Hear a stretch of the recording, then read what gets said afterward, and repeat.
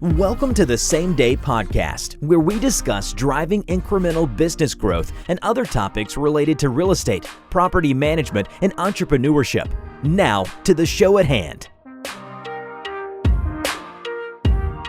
Matt Zalk here. I'm the host of the Same Day Podcast, where I connect with top business experts and real estate leaders. Some past guests on our show have been Brooke Reuter talking about contract for deed versus lease to own options, and Scott Reeves of Chickasaw Community Bank talking about commercial banking options, especially important in today's world where interest rates have taken so many consecutive hikes. Today's episode is brought to you by Chris Lyles State Farm. Chris Lyles State Farm helps you protect your most precious assets and investments. Whether it's your home and auto, investment rental properties, or other valuables, call Chris Lyles State Farm for a quick and painless phone call to potentially save you double digits on all of your insurance needs. Visit diallyle.com. That's DIALLILE.com, or call his office at 918-878-7771. He's got great folks at that office that will help you out. Today's episode is also brought to you by Keyrenter Property Management. At Keyrenter Property Management, we are a full-service property management company helping our clients buy, renovate, and operate real estate assets. We help our clients build wealth while taking the headache out of real estate ownership. No matter what rental you have, single-family homes, condos, townhomes, apartments, we have the management solutions that you need. Go to KeyrenterPMC.com or email us at info@KeyrenterPMC.com. Today's guest is Chris Hartshorn. Chris is an Ernst Young-trained CPA who's also built and sold a tech company. He worked as the COO and then the CEO at sale of that business. He's been serving as a fractional CFO for 18 months. He focuses on early stage and venture-backed organizations, and his passion is the sport of business, and he thrives on helping entrepreneurs realize their dreams. You can find Chris on LinkedIn. You can connect with him there in case you're interested in learning more about his fractional CFO services. Chris Hartshorn, welcome to the show. Matt, great to see you. Happy to be here. Just bringing the fire right out of the gate. I just like to yell at people when they show up. Chris Hartshorn, fractional CFO. Let's talk about how you got started in this business. Give us a little bit of your history.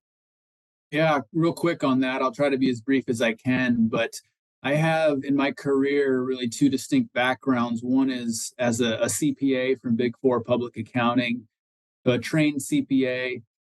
Second background that was about 10 years of my career was working in a technology company on the operations side, building that company up for an eventual private equity sale as their CEO. And spent the last 2 years, what I say is like those two backgrounds kind of had a baby, where I'm a CFO, typically for early stage tech companies, where I've got this sort of domain experience on the finance accounting side, but I've also led an organization from the ops side, grown a company, so I understand all the pressures that go into that side of the house.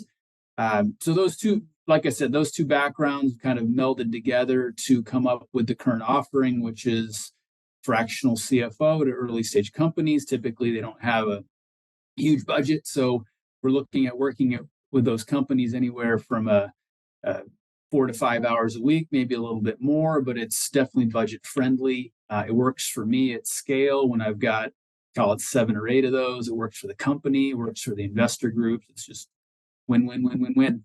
Well, let's take it back even a step further. When I was at McKinsey, we loved to hire college athletes.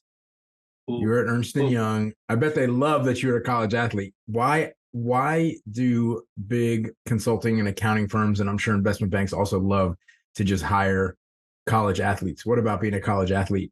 What did you learn in being a college athlete that was applicable to anything later in your life? I would say time management overall, where I'm juggling Division I athletics, what I call a serious degree, which was accounting, and then we'll go into just kind of being a student and enjoying that side of the house as well. But I felt like those 3 areas really kept me on track and kept me focused, didn't leave me a lot of time to get distracted.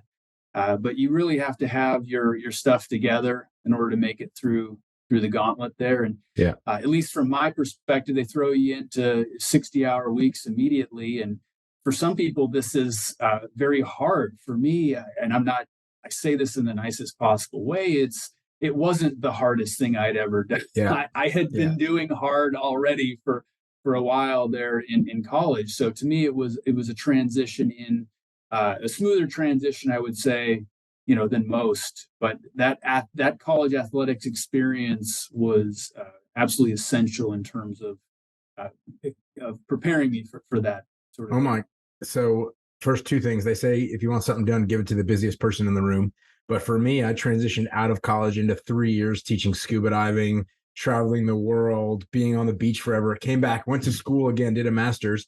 Even then, it's like a master's is not that hard. I was learning how to fly a plane on the side, doing all sorts of other stuff, and then boom, hit with the McKinsey train, like 80-hour work weeks right out of the gate. It was just that was a brutal transition from play life into real life. So I, on one hand, I am envious that you had an easier transition, but on the other hand, you had a lot of work going up to that. Let's talk for a second. We were chatting before the show. In our business, I'm the visionary, and Robert is the integrator, and he's great at doing that. And he keeps me in line, and he says, that's out of whack. That's a crazy idea, or this one's implementable. Let's do it. Your role, or some of your role, is to speak truth to power, to, bring visions down to earth, to sometimes tell people that, I guess maybe they don't have the budget to do it. They don't have the growth numbers to do it. What's one of the greatest fights, or what are some of the, I guess, themes for the greatest fights that you have with entrepreneurs in your business as a fractional CFO? The themes are different versions of kind of the same story all the time, as they want to pursue avenue A or B or C. And the conversations are always very theoretical until you get down to the brass tacks or the numbers or the budget. And I find that that's the easiest way to get up to speed with a given company, is to say, you have these initial conversations, you understand generally what the goals are, what they're wanting to do. And those are all fine and well.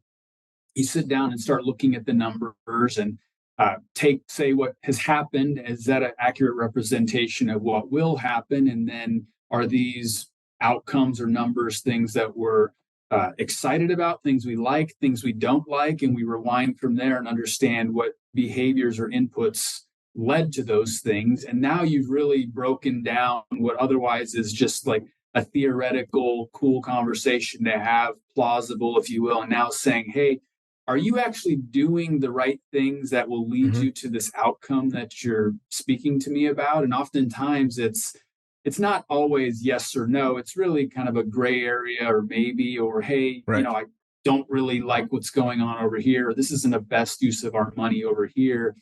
And this then leads to the strategy discussion. Why are we doing A or B or C? Now, reality has been brought to the door, the front door of this entrepreneur that otherwise was kind of maybe running off gut feel or whatever you have. But now we're bringing sort of real life to the situation, and now they're making decisions based on their realities. Do you do a budgeting exercise with every company that you work with? I do. I would say that is not knowing exactly where any of them are at. It's the first way for me to have a working session with that CEO, with that visionary, is to say, hey, this is how we've been operating, right? Here are the results. Talk to me about, is this the path you're wanting to go down? Is it not? What do we want to change? And very quickly, you're kind of setting new strategy. Because it oftentimes is never like, oh, this is 100% exactly what we're wanting to do. It's going to need to deviate a bit, or maybe the conversation is, we like what we're doing, but we're running out of cash a little quicker than we thought we were going to. So maybe that changes our strategy, or that changes how we're going to communicate to third parties like investors about what we're doing. Yeah. It really leads to a host of different potential actions based on what happens at that initial kind of meeting / exercise. And do business owners or CEOs ever say budgeting is worthless? I don't need to budget. There's nothing I can do from a budget. It's always going to be wrong by definition. Why am I doing this? I would say no, because at this point I've been hired and I've already stepped through what I'm going to be doing for these individuals. Maybe as a separate conversation or question, if I'm, say, in a sales process with somebody that might be trying to convince could use my services, and I know they can, maybe based on results or other things I'm hearing about their business, I might get that question from an individual like that, but not subsequently to being hired. So in our business, I've always pushed back on doing budgeting, and we've never actually created a budget, because if you start with the top of the budget and it says revenue, how can you predict what your revenue is? In our business, I can say I'll add a certain number of doors per month, but if I go out and blast as much marketing dollar as possible out into the world, and there's just not investors out looking for our services, we will hit our revenue. We will miss our revenue numbers. If on the contrary, it's COVID and everybody is buying rental houses, we had no idea going into 2020, had we been doing a budgeting exercise, that we'd add, 3 times the number of properties that we would have budgeted for had we budgeted. And then everything cascades down from there. If our costs are our property managers and we've got to scale them faster or whatever else, I just have thought it doesn't make sense to budget, because it doesn't matter how much money I throw at marketing. I'm never going to be able to predict how many doors are going to come in a given month or quarter or year. So I've always pushed back on that. And I wonder how many other people suffer from similar situations where they can always, like on Google, I can't spend any more money. I'm tapped out. You cannot get 100% share of voice on Google search. And it doesn't matter how much money I spend. If I open the coffers all the way and I'm willing to spend $1 million a year, there are just not that many people searching property management search terms on Google to eat up all that spend. What would you say to a company that kind of fundamentally says, the revenue numbers are always going to be nonsense? So just taking a step back on that question, to me, the number one benefit of budgeting is accountability. Yeah. And so we can step through this on the revenue side, on the expense side. Let's start with revenue, right? Where you're saying some of this is just a guess. There's a lot of different ways to look at this, a goal, if you will. Like you might say, we want to grow at X%. You don't exactly know how you're going to get there, but you just want to see what it looks like, and you're trying to achieve it, that kind of thing. You may have more inputs into what you're doing. You've spoken a little bit about search engine marketing, or dollars we're putting in that we think will translate to revenue. How are we measuring our return on investment to the extent that we're losing margin or are completely on the negative side? We're going to stop those types of activities, right? Where like that just doesn't seem to be as beneficial as it once was. Yeah. And then moving down into the just what I call operating expenses, or what some might just say overhead, or hey, we have to incur these costs to run a business. We've got salaries and wages for the people that we employ that maybe aren't directly revenue generators, but you need them because they're administrative people. They support you and your efforts and ability to go out and run the business. You pay rent, you pay utilities, you have some, insurance, other things that might be a little bit more variable. But if you don't understand what these are, the expectations of what they should be, they may increase on you and you wouldn't necessarily know something's wrong, or you wouldn't necessarily know why. Right. And it may not be your specific situation, but if you miss on one or multiple or significantly on one of those, this could put you into a cash management issue position where you're now having to make decisions based on distress, which you wouldn't otherwise do if you had properly planned and done a budget, and either one, understood that you did need to get additional financing at some point, or now you're having to get financing, but you didn't think that you were going to. So now you may have to take on terms that you wouldn't otherwise have wanted.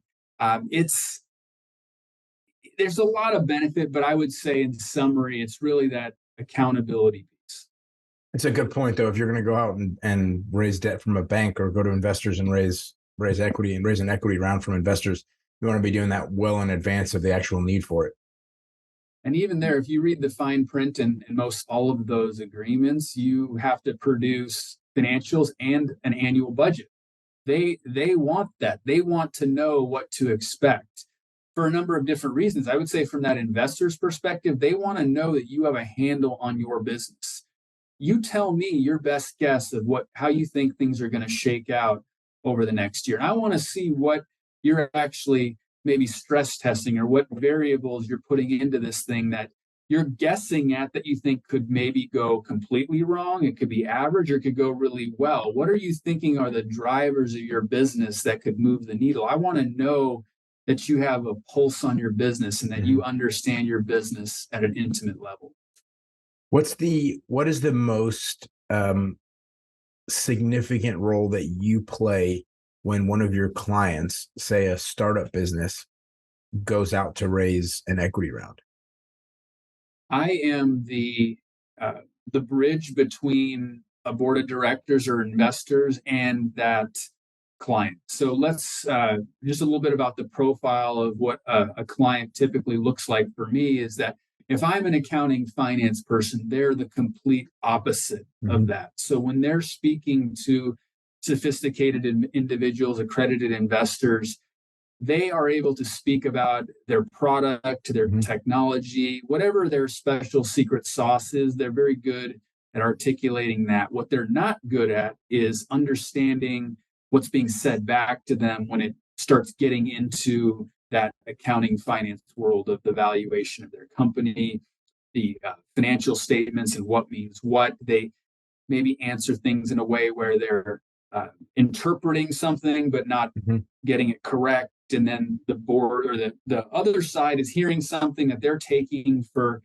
being correct and it's not. And then all of a sudden you're kind of the trains off the tracks. And I've seen that happen quickly where I'm going to step in here. I'm going to be that person that's kind of directing traffic and making sure that nothing's lost in translation, and also letting that my client, the entrepreneur, focus on their highest and best use, which is often building their business, figuring out who their customer is, who their market is. And these things are crucial for them for one, to stay in business, to have a viability long term. Certainly, what my domain expertise for them is just not their highest and best use. They're not good at it. They could maybe figure it out, but it's not worth their time, and their time is money. How many of your clients do you go deep into the personal side with? So the business is maybe an LLC and it passes through on a, God knows, Schedule C or Schedule E or whatever the heck that is. All the income from the business passes through them directly.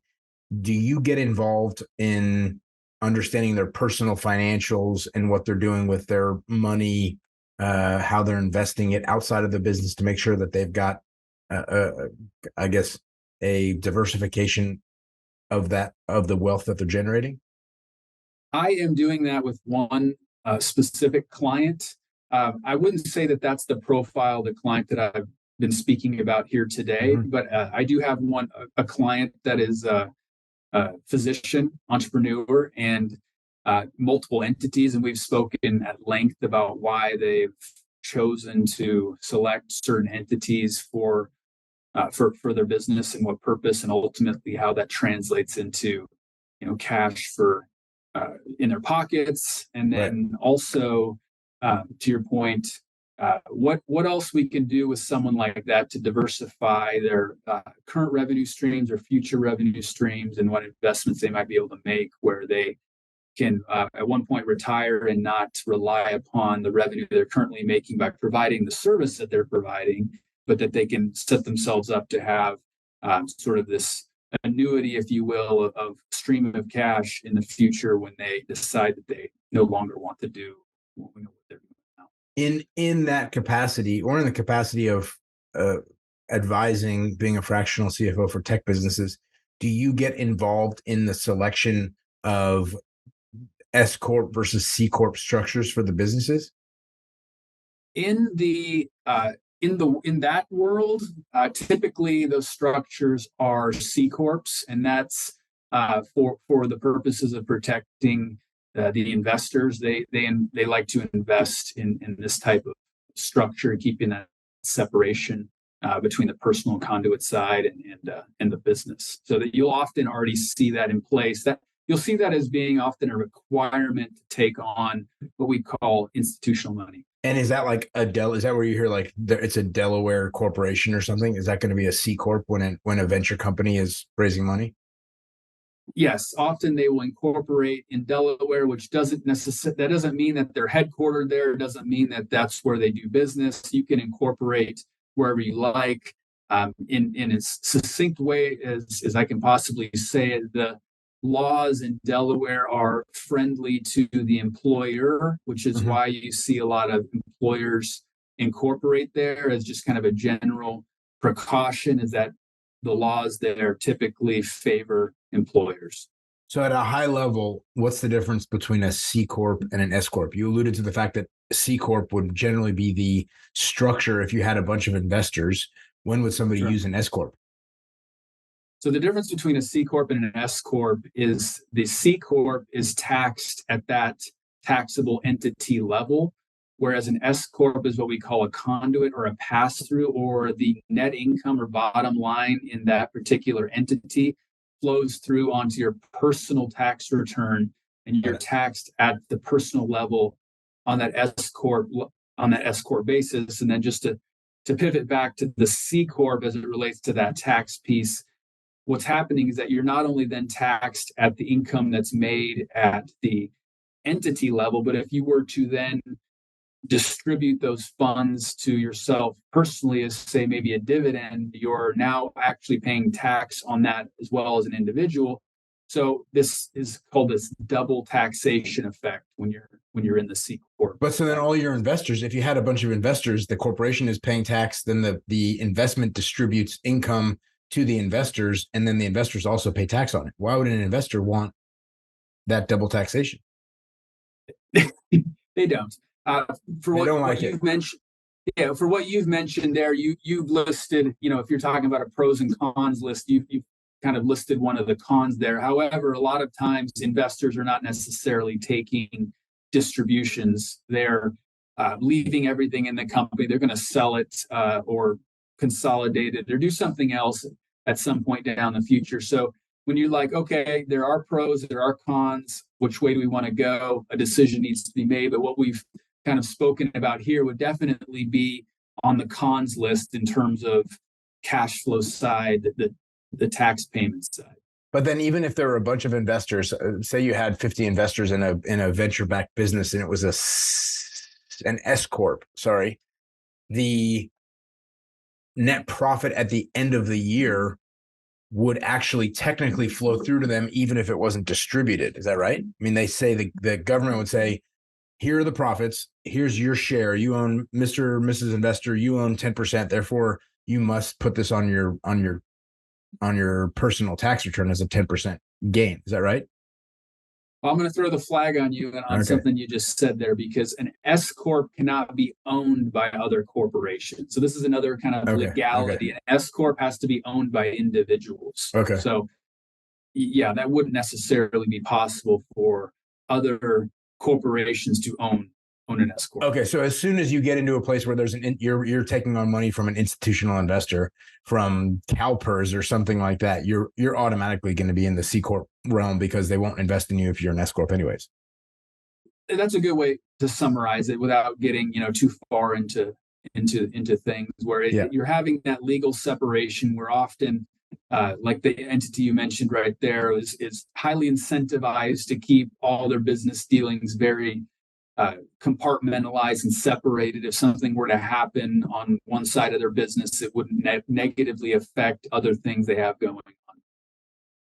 What are some tools and techniques that you use to kind of bring more financial literacy to entrepreneurs that are just out there just hustling? I mean, you've talked about the budget. We've talked about a couple of other things, but like in practice, when an entrepreneur is just running and gunning, they're a visionary, they don't see numbers and cents, they want their business to succeed. How do you bring them back down to the real world? And I can think of, a ton of people that I know that are just ideas people. They love ideas. They're passionate about building businesses and generating ideas and new avenues for their businesses. How do you bring them back down to earth? Well, so it starts with what they have going on today, right? Where we want to make sure that we have a handle on that piece, right? Because if you're trying to make decisions about go or no go about any future potential opportunity, really that one of those factors is how stable is my footing today, right? Yeah. If you don't understand that, you could make a decision that's potentially not one you would make otherwise. So, we've already kind of at length spoken about what are we doing today? How's the business going today?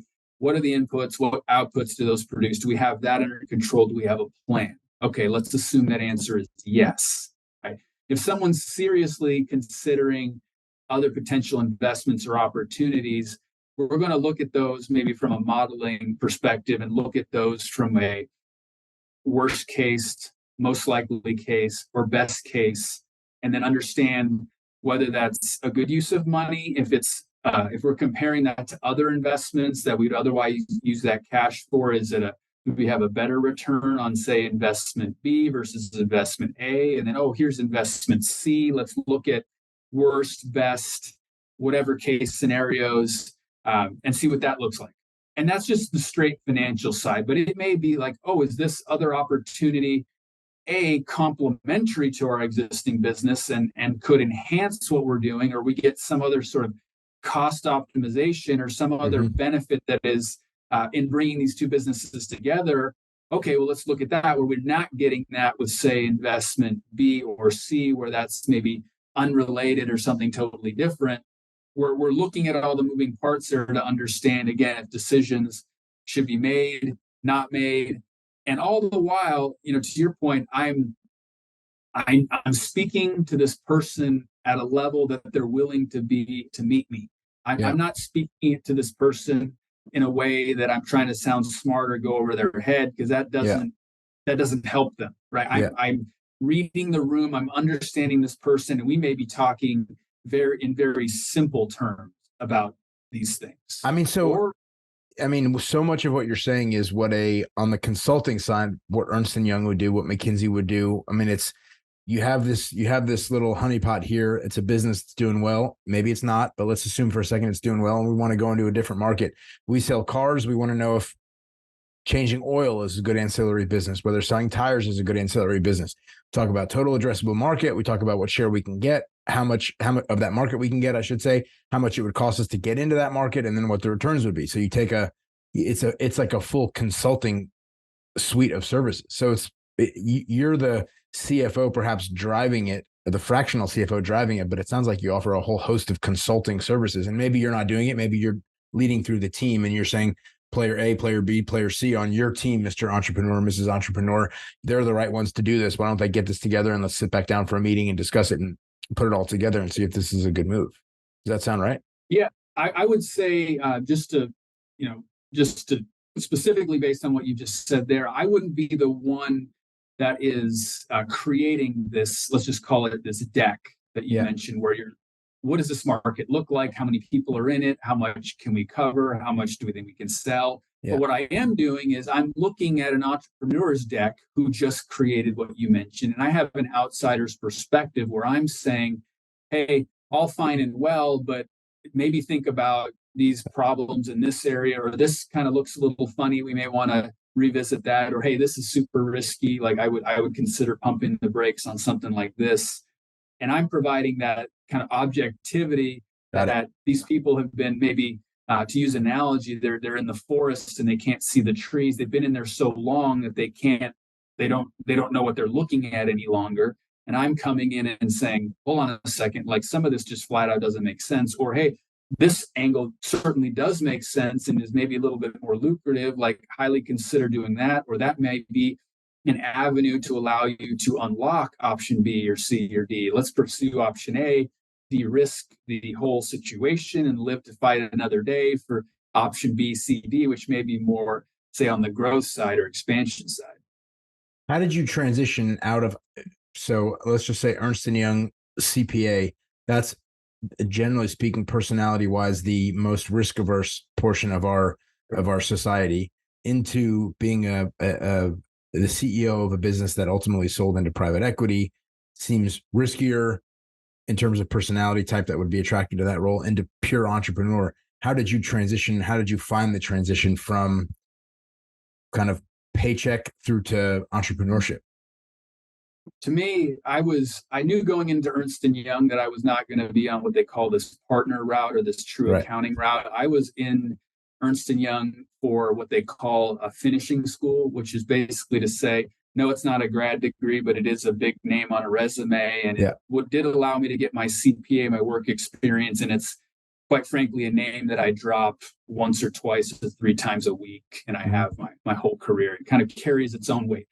But to me, that traditional world of CPA auditing, or what I call backwards looking, was always a means to an end, which was, I want to use this knowledge at some point to be forward looking or focus on growing businesses and understand where we've been, to understand more about where we're going, or what I call, or like to refer to as, the sport of business, or the exciting part, which was like, okay, this is going to be my springboard to do something else.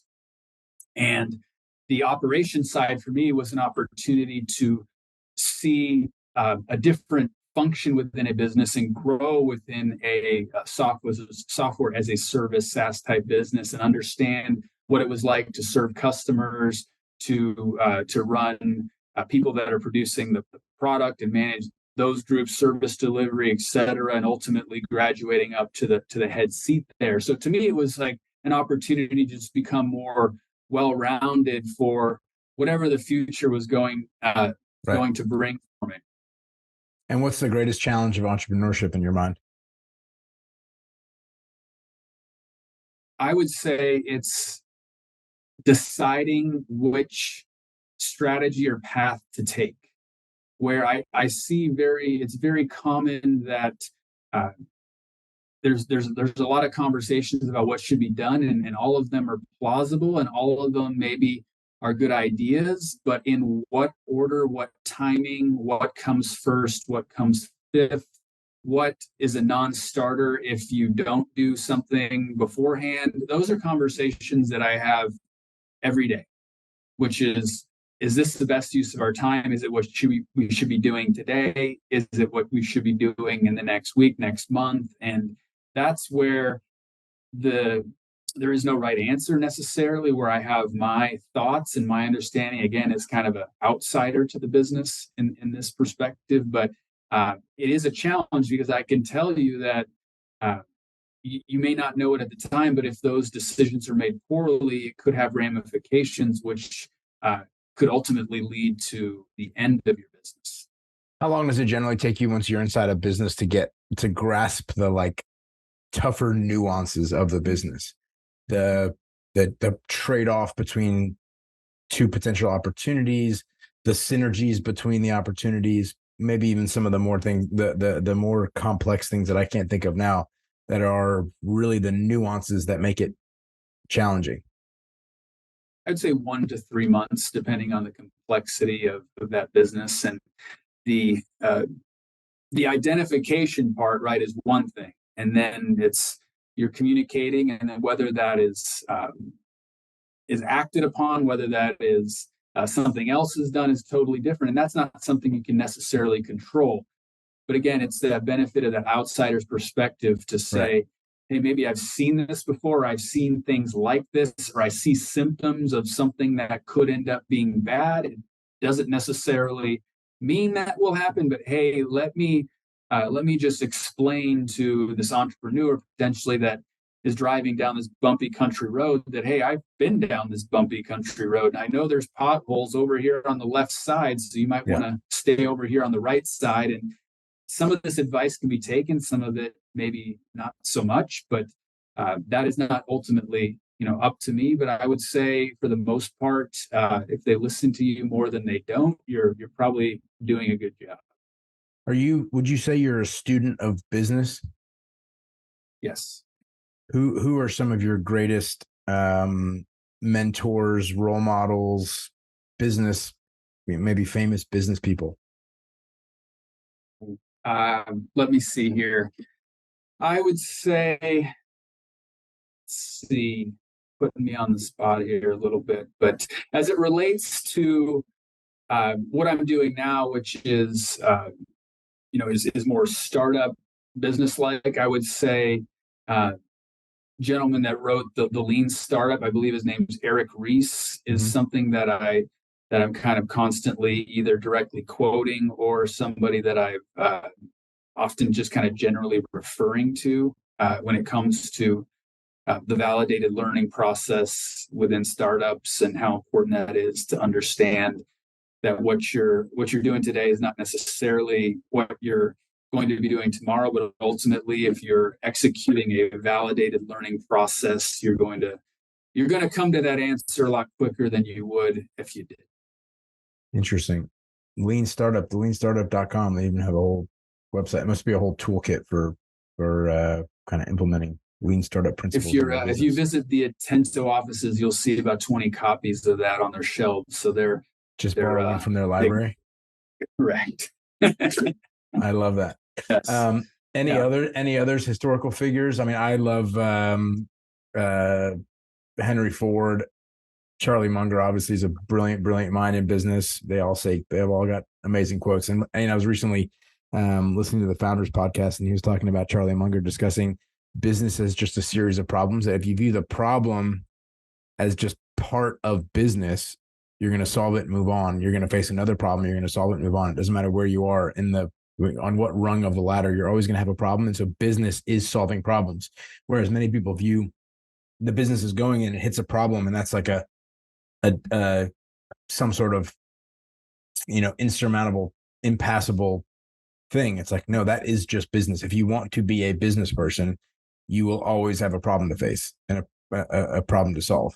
That's kind of the way Henry Ford looked at it too. It was kind of this lean operation, always improving the Kaizen philosophy, the Japanese philosophy, before it was perhaps even known to us as that. But that was his approach. Any others that come to mind for you in terms of what's shaped your business philosophy? I mean, I'll run with that one for a second. At some point when I was going through my own personal marketing of how I accurately describe what I do or succinctly describe what I do, I was saying, hey, could I simply just say that I'm a problem solver? Will that sell my services for me? And then I think the answer to that is no. However, if I had to describe in a short sense what it is I do, it is problem solve.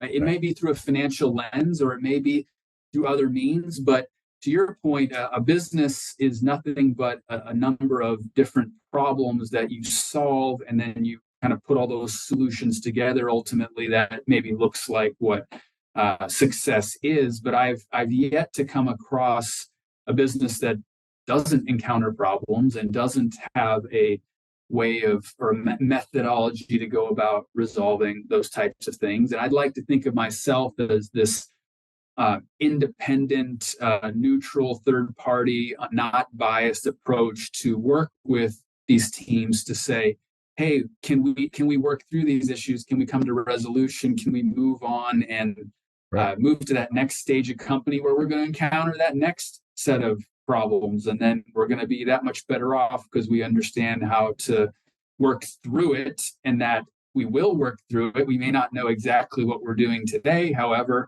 between all of us and how we work, at some point we will come to a resolution that we all feel comfortable with, and then rinse, wash, repeat. I see this. Yeah. At some point, that's why being a business owner leaves you with imposter syndrome. It doesn't matter what size of business and how complex. It's like you're always at the edge of solving another problem, or you solve one problem and then you're faced with another one. And that could come from a greater number of colleagues or employees in the business. It may come from expansion into new markets that you hadn't previously dealt with. There's always little issues, and it always leaves you as an entrepreneur. In my experience, it always leaves me feeling like, A, it's kind of a house of cards. B, I'm always pushing myself beyond comfort levels, beyond stuff I've already solved, et cetera, which is not always a comfortable situation. It can be far more comfortable to have a normal job, right? I get to the bake shop at 5 a.m. I mix water and dough and yeast. I let it rise for an hour. I put it in the oven. It comes out the same every day. You don't have those problems. So it can certainly be a challenge being an entrepreneur because you're always on the cutting edge, so to speak.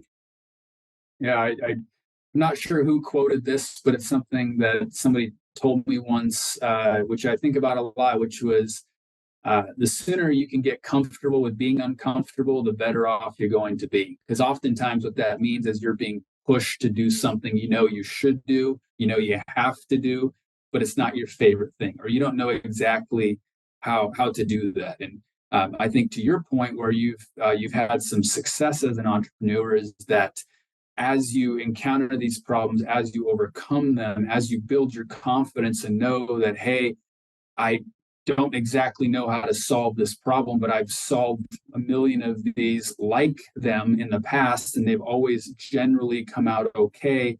That just gives you that confidence to continue doing what you're doing and understand that that's just part of the gig, and that's when you solve that one, it's congratulations. There's going to be more. Chris Hartshorn's an Ernst Young-trained CPA. He's also built and sold a tech company. He worked as the COO and then the CEO at Sale. He's served as a fractional CFO for 18 months, focusing on early stage venture-backed organizations. He's got a passion for business, and his passion is the sport of business. And he thrives on helping entrepreneurs realize their dreams. Chris, I appreciate you being on the show. This was fun. Matt, this was great. Thanks. You're a great host. Thank you. See ya.